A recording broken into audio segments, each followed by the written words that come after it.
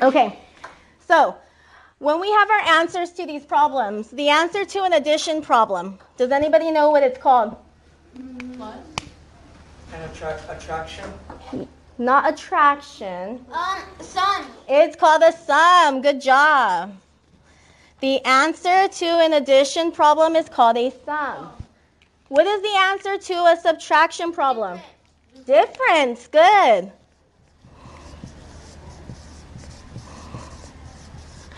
What is the answer to a multiplication problem?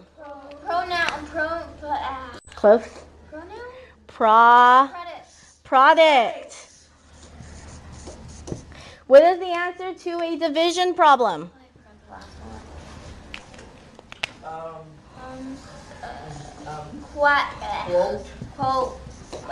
Quotient.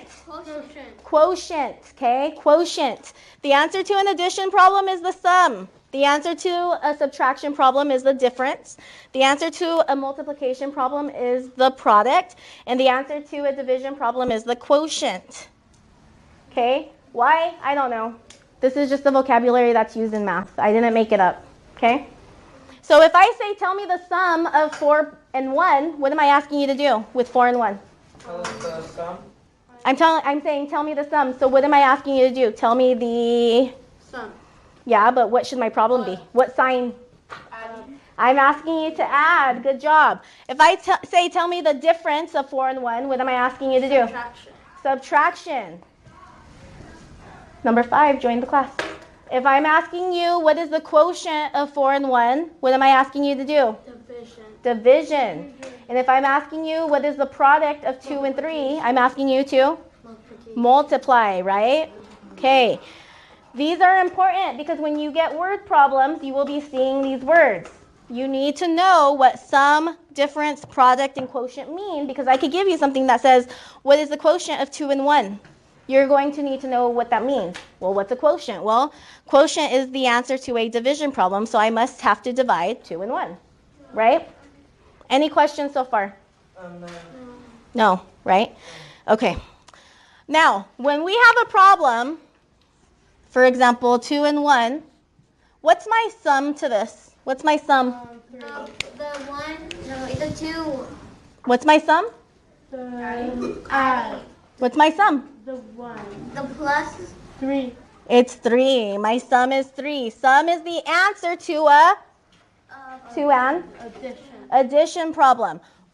If you guys give me a paper with this, 2 plus 1, 3, does that mean anything to me? No. What am I missing?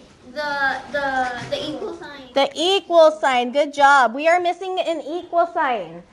After every operation problem that you're given, there should be an equal sign. Did we learn this last year? Yes, you did. Okay. We're just refreshing right now. Especially because we have new students. So, okay? You always need an equal sign. Math is its own language, okay? You need to know that this is basically saying 2 plus 1 equals 3. Why do we have signs? Why do you guys think we have signs? Because that's the math language. That's the math language. Yeah, it's the math language. And not only that, would we want to always write 2 plus 1 equals 3. Do we always want to do this? No, right? So look at this. 2 plus 1 equals 3, right? Writing it down in word form. Yes, writing this down in word form. Good job. Okay. Any questions so far? No. Okay. So far what we've gone over is we've talked about what arithmetic means. What does arithmetic mean? A fancy word for math. It's just a fancy word for math. We have 4 operations. 4 operations in arithmetic. What are they? Sum, subtraction. Not that. Say it. What's our 4 operations? Subtraction, multiplying, division. Correct.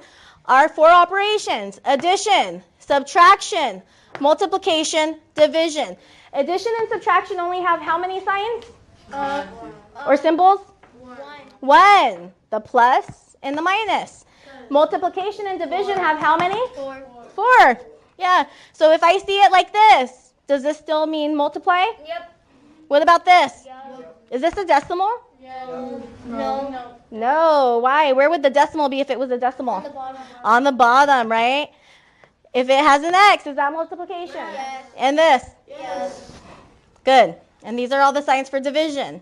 We also went over the fact that all of our operations, addition, subtraction, multiplication, and division, have names for their answers. What's the answer called for an addition problem? Sum.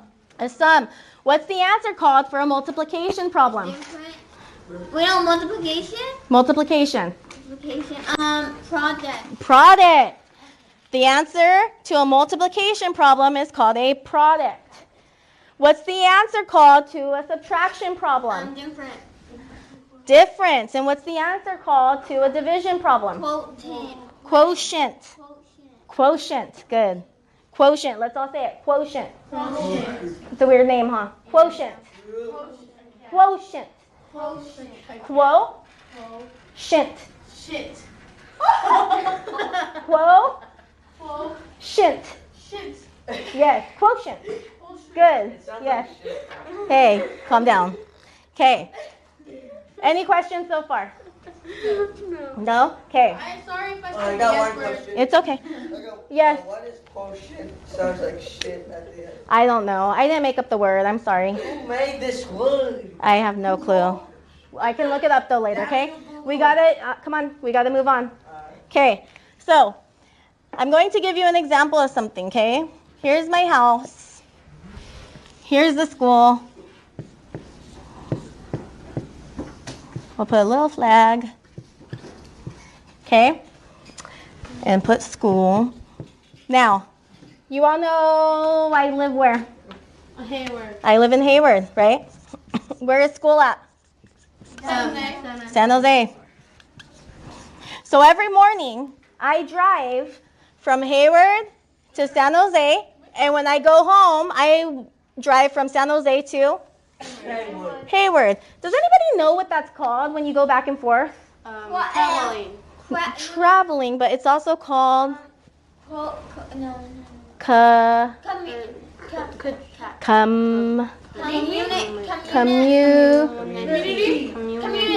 commute. I'm commuting, okay? So I commute from Hayward to San Jose every school day. Commute. Can we say commute? Commute. Okay. So keep this in mind when we do this, okay?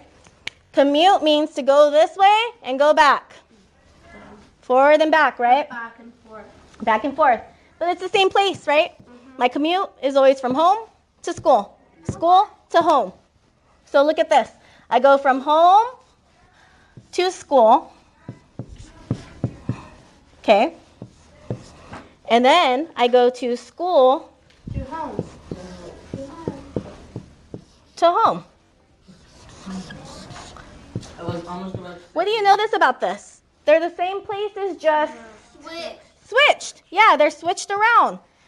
So first was the home, then to school, then the school came first, and then to home, right? So keep that in mind when we're talking about this, okay? How long is the drive? About 45 minutes. Yeah. Yes. Can I use the bathroom? Hurry up. Okay.